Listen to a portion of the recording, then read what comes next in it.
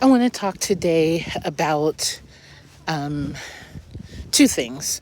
I want to talk about ushering in a new era of feminine empowerment, female empowerment, fem empowerment, as it were. And I also want to talk about witnessing with curiosity. And what those might have to do with one another. Tamara Williams Van Horn, Auntie Corn Leadership Strategies. Welcome to Tamara's Thoughts and Shares. How you doing?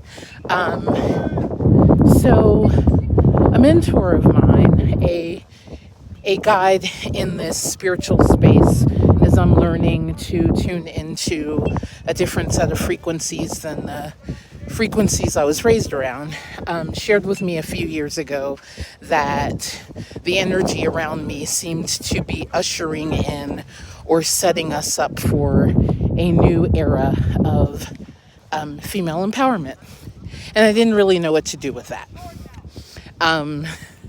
Like very Occam's razor, I went directly there and was like, oh, so start a movement and like rally people like immediately. And then of course that freaked me out. But then much more recently, in some work with that same guide, that same teacher, I have been studying Kuan Yin. And look her up if you don't know who she is. Look up Kuan Yin. And Kuan Yin energy really represents this compassion piece. And Megan Watterson, who has wrote a couple of really interesting feminist spiritual books, she takes on both kind of Christianity writ large, so all of it, including Catholicism, including Gnosticism, including mystics, and puts that together with this real grounded in this moment feminism.